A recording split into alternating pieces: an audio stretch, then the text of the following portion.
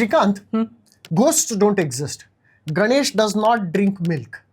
The woman sitting in the peepal tree does not have ulta legs, right? Yet, 46% of Indians believe in all this stuff. So, what do you think these things actually exist? No. Right. But I don't think these people are lying, right? So, what's going on? What's the science that explains all of this? Wait. A, what is going on? And B, where does science even come into this? This is paranormal phenomena. We are going to give scientific explanations for why so many people in India and the world believe in ghosts. Where is this coming from, right? The explanation is going to involve how our brain works, how our psychology works, and also physics of the environment around us. And I'm Ready? guessing also how society makes us believe all of these things for no reason at all. I don't. Not just that, how society strengthens these things and then adds masala. Okay, this promises to be a very interesting episode because Naveen is going to demolish the very concept of paranormal phenomena using science. Because that's what we do here at FutureIQ. Use science. Right. So let's start with the quirks of our brain. Right? Okay. Two specific things about our brain. One is pattern matching and the other is imagined intent. Okay. Our brain is one of the greatest pattern matchers ever, right? Yeah. I mean, you see one round line and couple of squiggly lines and you see Gandhiji, right? Yeah. You see two big dots and then one straight line below and it looks like a face to you, right? Yeah. You see certain things in a tree trunk and suddenly it is Ganesh and you start praying for that. There is a woman in Bangalore who saw dots on a chapati and it was Jesus. It became an international incident in 2002, right? I remember that. This one. is pattern matching. Yes. Okay. The second is that you see milk on a Ganesha statue disappearing because of surface tension and capillary action, right? Yeah. But that kind of randomness is not what your brain thinks of. Your brain has to assign some intent to it. Like there is a person there drinking the milk, right? That is imagined intent. Yeah, and I fell for that imagined intent hard when I was a kid, which actually turned me atheist. But another story, another day. Right. Go on. So there is a whole bunch of things where we just see patterns that don't exist. It's also called pareidolia. And, you know, we see a bunch of random things happening just out of random chance, but we have to assign intent to it. Like there is a person who is doing that because of so and so reason, right? Yeah, I mean, why? Why do we do that? Everything happens because of evolution in the African savanna. We are back in the African savannah. So imagine two people in the African savanna, right? Scaredy cat and strong man. Okay. Both of them see in the bushes like two dark spots and then one line underneath, right? Scaredy cat looks at it and says, that's a tiger there. Okay. That's pattern matching. Then it says, okay, that tiger is sitting there waiting because it wants to catch me and eat me. That's imagined intent. Right. Okay. Scaredy cat runs away. The strong man says, that's just random spots. Yeah. The strong man turns out to be right. Okay. This happens 1,000 times and 999 times scaredy cat has just wasted his time by running away and wasted energy also. The 1,000th time it was actually a tiger, strong man got eaten. Okay. Did not pass on his gene, whereas scaredy cat lived long enough to pass on his genes and all his descendants, which is all of us today, are now scared of random dots. Right? That is why we have pattern matching and imagined intent, and we do that wrong so many times because that was a better mistake to make. Okay, in terms of evolution, that was a better mistake to make. I agree. But at the same time, let's come back to the present where we now have haunted houses, we have forts, and we have temples where there are ghosts. And Okay, here is a lovely story. Okay, there's a guy called Vic Tandy, an engineer working in a lab, and he and his colleagues experienced a range of creepy things in the lab. Okay, feelings of dread, cold sweats, glimpses of a grey figure slinking in the corridor in, like, you know, the twilight and things like that. Was the lab haunted or something? That's what most people would have thought. Yeah. But Vic Tandy did not believe in ghosts and he wanted to figure out what is going on, right? Okay. So he did a whole bunch of investigations and finally found that there was one laboratory fan for some extraction, something or the other, which was an old fan, and that, when you turn it on, would create a 19 hertz sound wave. 19 hertz. So 19 hertz is just below the frequency that human ear can hear. Correct. Okay. So nobody can hear that sound, but the frequency is high enough that we can kind of feel it in our bones, and it kind of goes to some parts of the brain. Right? Also, interestingly, it happens that 19 hertz is pretty close to the resonant frequency of the human eyeball, right? Oh. So now when this fan is on, you can like feel something in your head because of this sound, which you can't quite sense by your system to brain, and your eyeball is vibrating a little bit, right? So this causes blurry vision. It can cause strange visual effects, and plus those strange visual effects can be misinterpreted through our pattern matching to be a shadowy figure, and through imagined intent it becomes a ghost which is like, you know, following you around and right? haunting the lab. Right. This is called infrasound, right? Sound which is just below the possibility of human hearing, right? Yeah. And that is what gives feelings of cold dread. Okay. Right. But infrasound explains every haunting ever? No, there's a whole bunch of other things, right? So there is also magnetism and temperature effects. Okay. Okay. So first of all, our brains are electrical, right? So magnetic fields again similarly affect us in ways which we don't sense consciously, but subconsciously we can feel things, right? So there is a controversial experiment by a guy called Michael Persinger, where magnetic fields directed at brains of subjects, many of them reported feeling an unseen presence in the room, right? And the like feeling of like they were being watched by somebody, right? Similarly, there are other correlations of anomalies in the Earth's magnetic field because of mountains nearby or Iron ore deposits or 1,000 other and so things. on. Yeah. And, you know, paranormal phenomena around those, right? Modern buildings are shielded. Their electrical properties are pretty good, whereas old buildings with unshielded wires have much more magnetic anomalies, right? Yeah, I mean, whenever current passes through a wire, there is always going to be electromagnetism, there is the Faraday effect and all of that. Temperature effects, right? Again, older buildings are not insulated very well. The insulation is bad and the heating doesn't work as well. So as a result, there are patches in the building somewhere where suddenly there is either a spot of cold or a draft of cold air coming from somewhere, and that again is sensed as like a chill, right? And there is something here and so on, right? Also, old buildings have bad acoustics that can cause sound anomalies, and you hear whispers, which is just wind passing through some window far away and then getting channeled through this old building, right? Yeah, I mean, the acoustics is actually one of the most important parts of these hauntings, and 99% of the time, most of those acoustics are explained by a certain quirk of the architecture which causes the sound to behave in a certain manner. Correct. And add to that bad electrical things, old appliances that have problems with them, which are producing vibrations, producing frequencies and so on. And you get a lot of this, right? Yeah.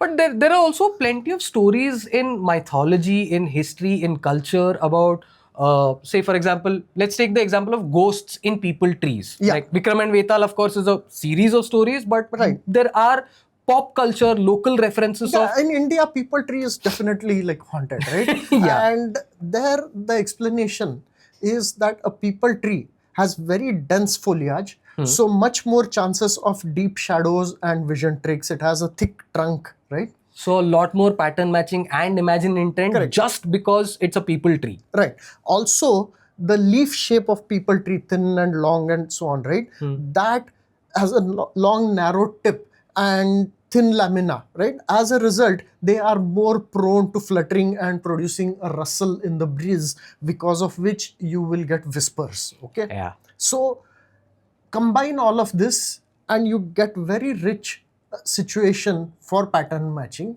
Add to that imagined intent and you have ghosts, right? And you have Vikram and Vetal. They made for really good stories though. Right. See, that's the thing about stories, okay?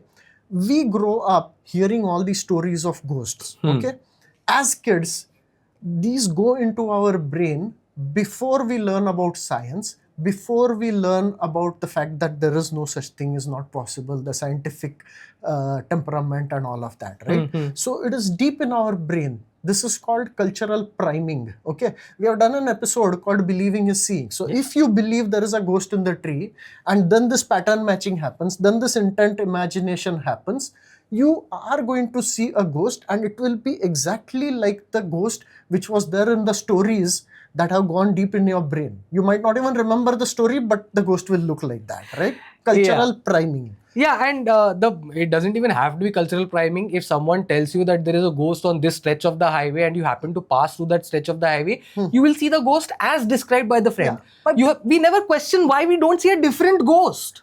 right. So cultural priming is so important and widespread that we don't realize this is happening, right? That's why in India, you will see like a white woman in a white sari and her feet are backward, because those are the stories everybody has heard. Whereas in the US, it will be like zombies, right? Or UFOs and aliens and all of that. So Yeah. whatever stories are popular in your culture, those Yeah. stories are the ones that translate Right. into your paranormal experiences. But hold on a second. There are some very specific details to these stories, like the inverted feet that you talked Yeah. about, ulta feet, or a woman in white specifically. Where do these specifics come from? Right.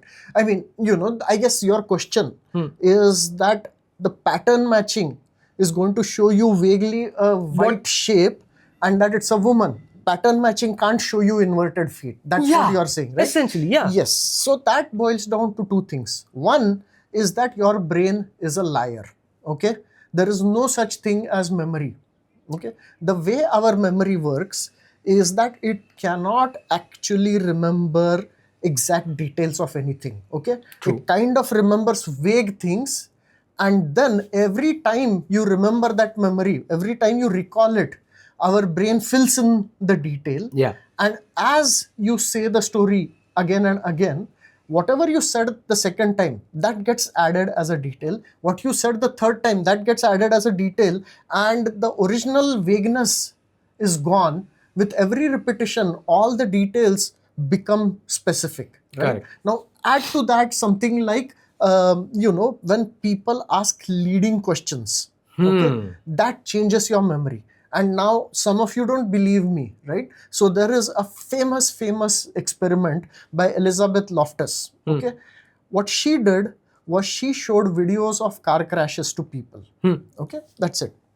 Later, she asked them questions. One set of people was asked the question, how fast were the cars going before they smashed into each other? The other set was asked the question, how fast were the cars going when they contacted each other? Wait, they're the same question, but Smashed versus contacted. yeah. The first set of people wrote down a speed which was much larger. Second set wrote a smaller speed, just because of the way the question was asked. Oh. Okay. Not just that. A week later, when she asked them to recall what they saw in the video, the group that was asked how fast were they going when they smashed into each other, they remembered the glass shattering and pieces of glass. Oh. Which was not there in the video. Okay. Just by asking them the question which contained the word smashed, a week later, now they remember seeing glass. Okay? And they're like, with my own eyes, I saw it, right? That is what happens. Just leading questions can cause you, right? So imagine, when you went past a people tree at twilight, you saw something white there, which was probably just old sari that had gotten caught there, right? You think of it as a ghost, and now you have gone and you have told my friend, oh my God, I saw a hadar there, right? Hadar. Then your friends ask you, did she have inverted feet? And now that detail gets added to your story because... Right. See, in fact, what will happen right now is, I'm not sure, but probably she did. Yeah, if it was a hadar, she had inverted feet. No. Exactly. Next week, when you're telling the story, you will distinctly remember the inverted feet. Yeah, and you will actually remember it in the memory itself. Right. There are that's lots of studies of people having memories of things that really never happened, right? You can get people to remember being lost in a mall or seeing bugs, when they were young, going with your parents and seeing Bugs Bunny in Disneyland, which is impossible because Bugs Bunny is Warner Brothers and Disneyland is, a different company. Yeah. But our memory is terrible. But we never realize that our memory and our brain is lying to us, right? Yeah. Right. That is why eyewitness accounts are also not held as absolute truths by the courts these days, because it has been proven by Elizabeth Loftus's experiment. Not just that, right? That was about memory. There's a whole bunch of other reasons why our brain lies to us. Okay. Another very interesting thing is that, when we sleep, there is a part of our sleep, deep sleep, called REM sleep, right? Now, during REM sleep, our brain is very active. There are dreams happening. And problem is that if we try to act out those dreams, we are going to, thrash about and start doing nasty things. So, our brain automatically turns off all our muscles during our REM sleep to prevent us from doing anything self-damaging as part of our dream. Yeah, Makes sense? especially in the African savannah, if we were sleeping on branches on trees and we thrashed around and we fell down, it was dangerous. And, when we wake up, first our muscles are enabled again from being the disabled state, then we come out of sleep. Correct. In a few cases, like maybe 20% of people, what can happen depending on the situation is that this gets reversed. Ooh. They wake up, but the part where your muscles have been disabled has not yet been cleared out. Okay. So now you're awake, you have just recently seen a dream, and you can't move, you're paralyzed. Oh, sleep paralysis. Right? Now add to this pattern matching. Okay. What is a situation under which you can't move your muscles? It usually means that some presence is sitting on your chest, preventing you from moving. Sleep demons. Right? There are so many different names for this all across the world, right? Yeah. Basically, you imagine ghosts and now add to it intent, and guess what the ghost has come to do in your bedroom at night. There are people come up with various stories, right? People have difficulty breathing. People feel like a weight on their chest. They're paralyzed. All of this. Part of it is also like the classic symptoms of a panic attack. Yeah. Where you have difficulty breathing, where your chest is hurting, but you also think that there is a weight on your chest. This is a classic panic attack. So plus, generally, your brain starts making up these things in other situations also, right? Sleep paralysis is one thing where you're half woken up, but also extremely fatigued. Then the brain can't keep track of all the things that it is supposed to keep track of, and then hallucinations happen. Yeah. Or extreme grief. At that time, you actually see the person that you just lost. You imagine them, right? Yes. That is a good part of grief. But similarly, migraines, where you see auras or sensory deprivation, meditation, all of these will cause your brain to show you things which don't actually exist. Okay, so this is your brain being a liar. I am actually putting all of these things together in the example of the woman in white with inverted feet, and then attaching on the various... Yeah, imagine that the same guy who just saw a fluttering white cloth, but that became a woman with inverted feet. Imagine the same guy a couple of weeks later who had the sleep paralysis thing. And the grief and the migraines and all of that. Any one of those. And that woman is exactly the woman who is sitting on his chest with inverted feet probably, right? And because of the migraine, that woman now has an aura. Correct. Because of grief, that woman now has a face. No. All of these don't happen to the same person at the same time. I'm just saying any one of them will typically happen, right? Could typically happen. Now, society gets into the act because society is also a liar. Right? Oh. Now, think about this, okay? In the US, 36% of people believe in ghosts. Only 24% claim to have seen them. Okay. Right? So, there is this extra percentage of people who have never seen a ghost, but they believe in them. Yeah. Why? Because you are willing to take other people's word for it, right? So, if everybody around you believes in ghosts, then you also believe in ghosts. You think that that actually happens. This is a type of group consensus, an episode we have done, right? I was just thinking this So- is either group conformism Yeah. or preference falsification. But, you know, like we already talked about, that all these people who believe in ghosts and they tell their children ghost stories. The possible reason one is that you don't want children wandering off at night. You want to keep them safe. That is one. But also because children love these stories. Okay. Yeah. So you tell them these stories. So now you have cultural priming in their head. Okay. Now media reinforces this. Okay. If one person who went to a people tree and saw a ghost, right? And then later on that ghost got a whole bunch of details, and later on that same ghost sat on his chest.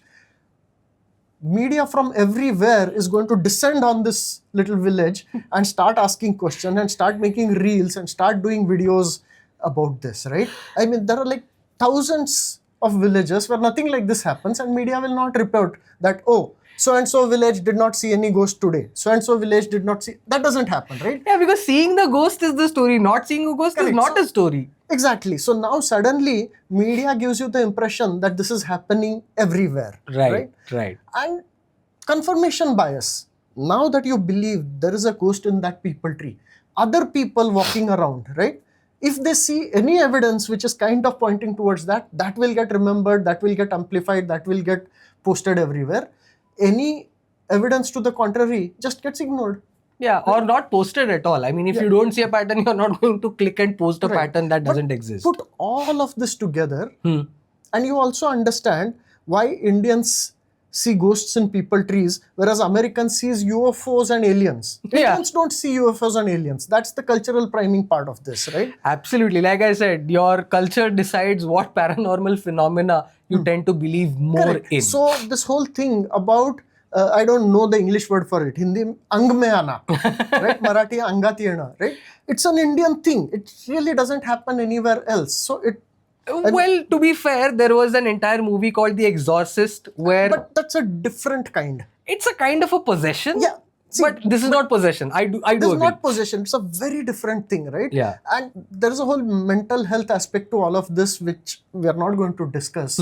But just wanted to mention that there is a whole lot of paranormal phenomena which can be explained by pretty much the same factors here. Me personally, I hate paranormal phenomena. I hate ghost stories simply because a lot of con men use it to take advantage of innocent people, which is why Yeah. I absolutely hate it. Right. So see, I mean, some people can argue that if he wants to believe in ghosts, what's the big deal, right? This can get bad in cases where there is financial exploitation by babas, and there's this whole jadoo tona thing that happens, Yep. right? Another problem is delayed medical treatment. Yeah.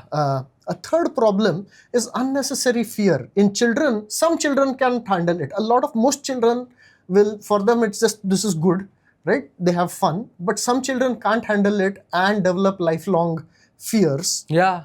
There is also issues with property rates, right? If a house gets a reputation as being a haunted house, the price of that house is going to fall, and that can have a significant economic impact on that family, right? Unless that haunted house becomes a tourist destination, in which case the property prices around the entire thing will just blow up. I mean, Bangad is an example. Yeah. But you know what?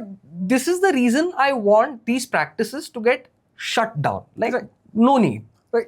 You have to be careful there, right? You do want to shut down the exploiters, but you don't want to just shut down everything, right? There are benefits to these beliefs. Chesterton's fence? Yes, there are benefits. So, for example, okay, grief. 30% of people who have just lost their husband or wife, Okay. they report seeing their spouse in the weeks after the death, right? Okay. This is a good thing because it is comforting for them. It allows them to let go slowly, right? Because otherwise the grief becomes too much. Yeah. Okay? Yeah. It also has other benefits like allowing us to believe in life after death. Otherwise, a lot of people can't handle that it ends at death, right? Then some people might feel like not living at all. Okay? Yeah, I mean, the moment you realize life ends at death, you tend to become nihilistic and you're Yeah. like, what's the point of even Various living? problems. Yeah. It also allows us to believe in justice. In the sense? So imagine, that somebody got killed by the politician's son and nothing happened to that politician's son because Example, no specific reference. Right. This is just an example. Go on. Now, if that happens, you might lose any belief in the justice system. But if you believe that the ghost of that person is going to come back and take revenge, then there is still some hope, right? Okay, The okay. ability to finish unfinished business, right? Yeah. You were trying to do something and suddenly you died, right? That might worry you quite a lot.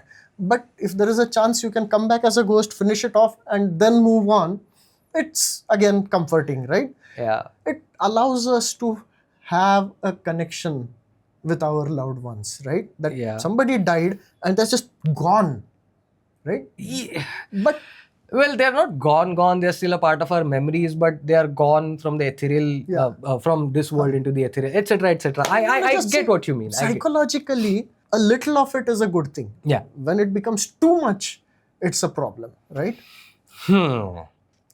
Wow.